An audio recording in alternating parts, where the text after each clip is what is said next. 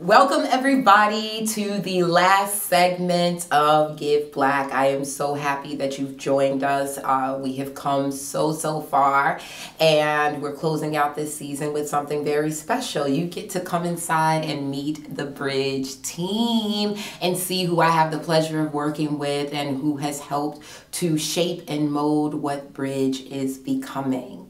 Enjoy. Let us build a bridge out of the good greatness we have in common. No more jail now. No more jail now. No more jail now. No more jail. Get back! Scroll call before the books, before the legends. BRIJ is an acronym for Bridging Relationships and Justice, and that's exactly what we do here at BRIJ. Fund is the time, money, and resources that we allocate and recycle throughout the cooperative. The cooperative is made up of individuals, institutions, organizations, and businesses who have pledged to put aside their differences and work collectively towards solutions that are impacting the African American community in a positive way. This strictly focuses on Black people. This is about social entrepreneurship. This is about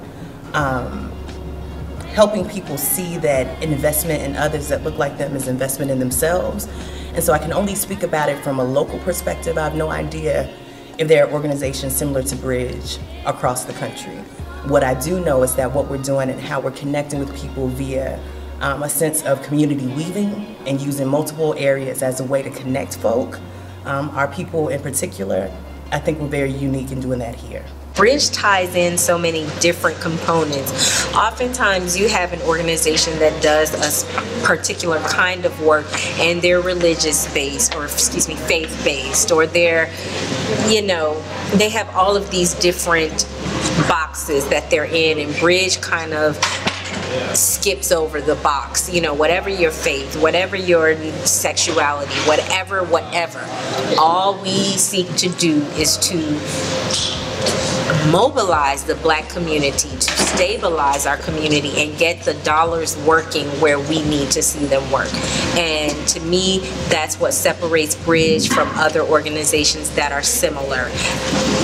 On top of the fact that we incorporate the media piece, which gives it that modern, new feel, and I really enjoy that. BRIJ started the spring of 2012, and it was kind of prompted by the death of Trayvon Martin. And what we did that summer is work with community leaders and artists in 5 of the most dangerous neighborhoods to counter violence through the arts. On that journey, I met so many community leaders that had been ignored in traditional media and who were struggling because they didn't have the funding sources that they needed to keep programming going the way that they wanted it to go. So the first thing that I did was there definitely needed to be an awareness piece in place so that people could learn about our community leaders that were driving the force of change in our neighborhoods, and again, that were traditionally ignored. Secondly, I wanted to make sure that we could create an alternative funding stream, and this funding stream was something that came from the people. And thirdly, I wanted to make sure that we work collectively together, employ what is called community weaving, because there's so much division strictly off of the fact that we're competing for grant dollars. So it was important to put in place the AAA model, awareness, accountability, and action. So that was media, and then we have the cooperative giving through our crowdfunding, and then third, community weaving. I found BRIJ, I met Tequila 2 years ago around this time, and we worked on the SD2R project, and out of that she reached out to me to tell me what she was doing with the BRIJ and wanted me to be a part of it. My good brother Corey Cook had told me about this sister named Tequila. I'm like, bro, you gonna love this sister, bro. She be out here in the street doing stuff in the community, yada yada yada. I said, yeah, I'm gonna look up. I looked up on Facebook, started communicating. They had a program maybe like 2 years ago called the SDR Project, Rebel Rousers.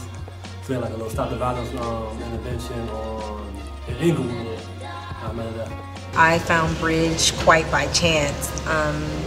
I'd seen Tequila, BRIJ's founder, on social media through a mutual friends page, and I thought she was pretty dope. So then I paid attention to her posts, which were largely about the Black community, Black diaspora.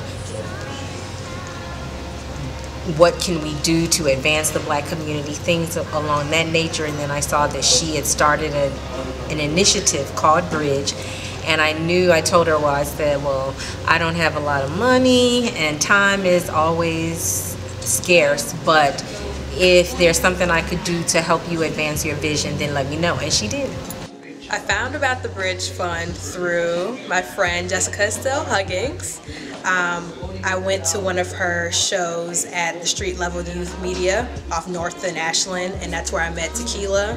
And then from there, we kind of just went forward because me and Jessica are working on Shy Voices, on youth and poetry and film. Well, I found BRIJ pretty much through its CEO. We went to high school together, got reacquainted, found out that she was doing wonderful things in the community, and decided that I needed to be a part of those things. I found BRIJ actually because I met Tequila Cooper, the founder. I met her at this artist, activist, meet and greet type thing. It was right after the Trayvon Martin case happened in July of 2013. During the meet and greet, she pitched what BRIJ was, and then I met her, I met her again a week later because she was doing episode 1 of the BRIJ's Give Black web series on Street Level Youth Media, where I used to work. I found out about BRIJ through my professor during my junior year at Columbia. He felt that I was a fit for BRIJ, and he saw my potential, and he set up a meeting with Tequila. A buddy of mine referred me to Tequila Shabazz. He said that, you know, she's got this thing going on, she's trying to find a media group. She said she needs someone who has my skill set. So we connected, and I met up with her and the rest of the media team, Javon and Jessica, and things went from there. I didn't actually find BRIJ. BRIJ found me. I was working at the Black Star Project. Actually, we did a segment on those guys before, sometime in the past. The only thing we can do for them is go to jail. And when we go to jail, they make money. We're flipping the script at Black Star now. It's a takeover. I was just like tutoring some kids, and then Tequila walked in and heard that there was some tech dude that was there. And I was just like standing there, and she was like, "We need to talk." And then we sat down for coffee, and then yeah, that's how BRIJ found me. When we say give black, what we mean by that is reciprocal giving. So it's not just supporting Black businesses, but it also means to support Black individuals, support Black institutions, support Black organizations. We're all supporting each other. That is the only way that we will realistically be able to raise up our communities. It's through the practice of self-sufficiency and pride in self. So what we do here at BRIJ with our stakeholders is we ask that everyone give 33 cents a day. Think about that. You can drop that out of your pocket every day and never miss it, not realize that it's gone. You can walk into a Starbucks and put $10 on the table and leave a little tip in their jar. When that $10 can go so far, what does $10 fund? A lot of people will ask. Well, our goal within 5 years is to capture 1% of the total African American population, which is just shy of 500,000 people. With just $10 a month, That is equivalent to $52 million annually in alternative funding that can go towards business startups in areas that we need, whether that's in technology or the beauty industry.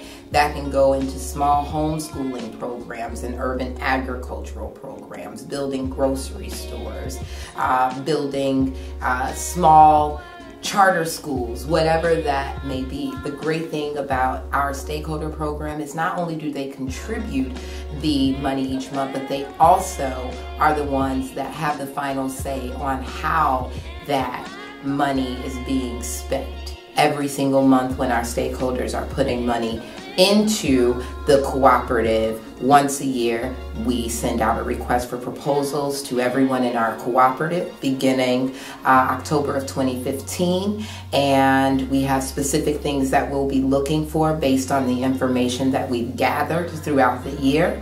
The stakeholders within our cooperative can then submit their proposals to have access to this funding. It is put up against a board. The board selects based on their expertise and making sure that everything that we ask for is there. The best are then presented to our stakeholders, and voila, our stakeholders now have the ability to vote on the projects or initiatives or businesses that they feel are most critical for our community. In the business team, we are responsible for recruiting stakeholders and finding different investments to keep BRIJ going. And also in our business team, we take care of our stakeholders. So any questions that stakeholders may have, any service issues, we handle that in our business team. Our projects and programs team is in place so that they can handle collaborative projects. See, they're responsible for looking in our cooperative and seeing how those different pieces can come together. We are looking for ways to strengthen the existing projects through collaborative efforts. The Brilliance Media team. BRIJ Media. Producing Give Black and coming up with new ideas for new productions. They're responsible for creating an inter-cooperative with other filmmakers in the city. They are a force to be reckoned with. They also will produce media content for businesses within and outside of our cooperative. So they are just absolutely brilliant, mostly coming from Columbia College. Our technology team, which is led by the brilliant Gamal D. Weaver, is responsible for building the social engagement machine that will allow for our stakeholders to literally see the Buy Black movement, to make this information transparent to them, to move the circulation of the Black dollar from 6 hours in our community to 15 days within our cooperative, if not longer. BRIJ has changed my entire life for the best. There was a point in time where I thought that I was a little crazy because of my love and passion for advancing the Black community, and to be able to be a part of a team of people who live and breathe this work every day is much more than a blessing. It's more than I could have ever wished for. I believe in groups getting things done. So when you apply that to the Black situation, the Black condition, not just here but globally, diaspora, I wouldn't say so much unity, but we just need more communication in general, and we need to be more on the same page as far as where we are in the world and how we're constantly subjugated. And I really feel like with BRIJ and other organizations like that, we can really start to really get something of our own going, something that we own. I think BRIJ is a step in a positive direction. A lot of people forget what's going on in our community, and I can do this and still enjoy the process, and I know I'm making a positive effort in our community. I believe in BRIJ because I believe in community. There's nothing else to believe in.